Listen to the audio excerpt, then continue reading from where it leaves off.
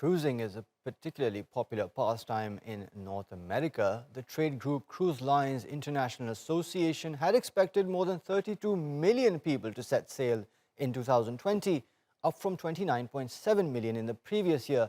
But the industry ran aground in March of last year as ships made headlines for COVID-19 outbreaks early in the pandemic. The standstill has dealt a significant financial blow to operators who've been pushing to restart voyages from US ports.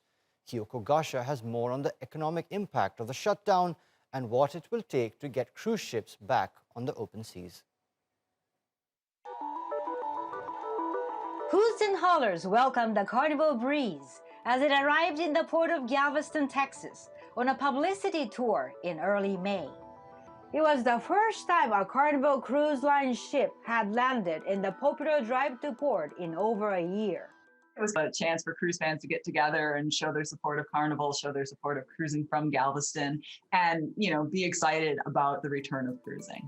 The COVID-19 pandemic left the $55 billion U.S. cruise industry well and truly in the doldrums.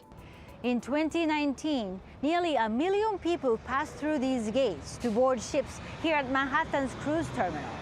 But now, the port is empty. It's been this way since March 2020, when the CDC issued a no-sail order requiring cruise companies to suspend passenger operations. That's caused revenues to evaporate. Carnival's net loss ballooned to $2 billion in the first quarter of 2021, compared to $150 million in the same period last year. Royal Caribbean is in a similar boat. Its Q1 deficit was more than $1 billion. These companies continue to incur some fairly decent ongoing expenses despite the significant furloughs and layoffs that they had. And cash burn for most of the major operators was literally hundreds of millions of dollars. But there is some hope on the horizon. Cruises have resumed on a limited basis around the world. To get business back up and running, more and more companies are announcing restarts out of foreign ports, such as Greece, the Caribbean, and the Bahamas. This actually started a couple months ago. So we're seeing, big ships doing it. We're seeing luxury ships doing it. We're seeing a little bit of everything.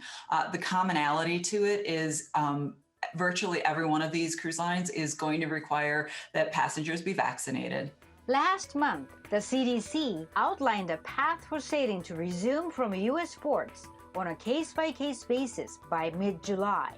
But cruise lines, including Norwegian, say that start date is unrealistic, as meeting some of the requirements, including submitting approval paperwork for each ship, will be time-consuming. Carnival says it's only starting offering limited service from Texas and Florida in August. There's a tremendous amount of pent-up demand from consumers who are really itching to get back out there.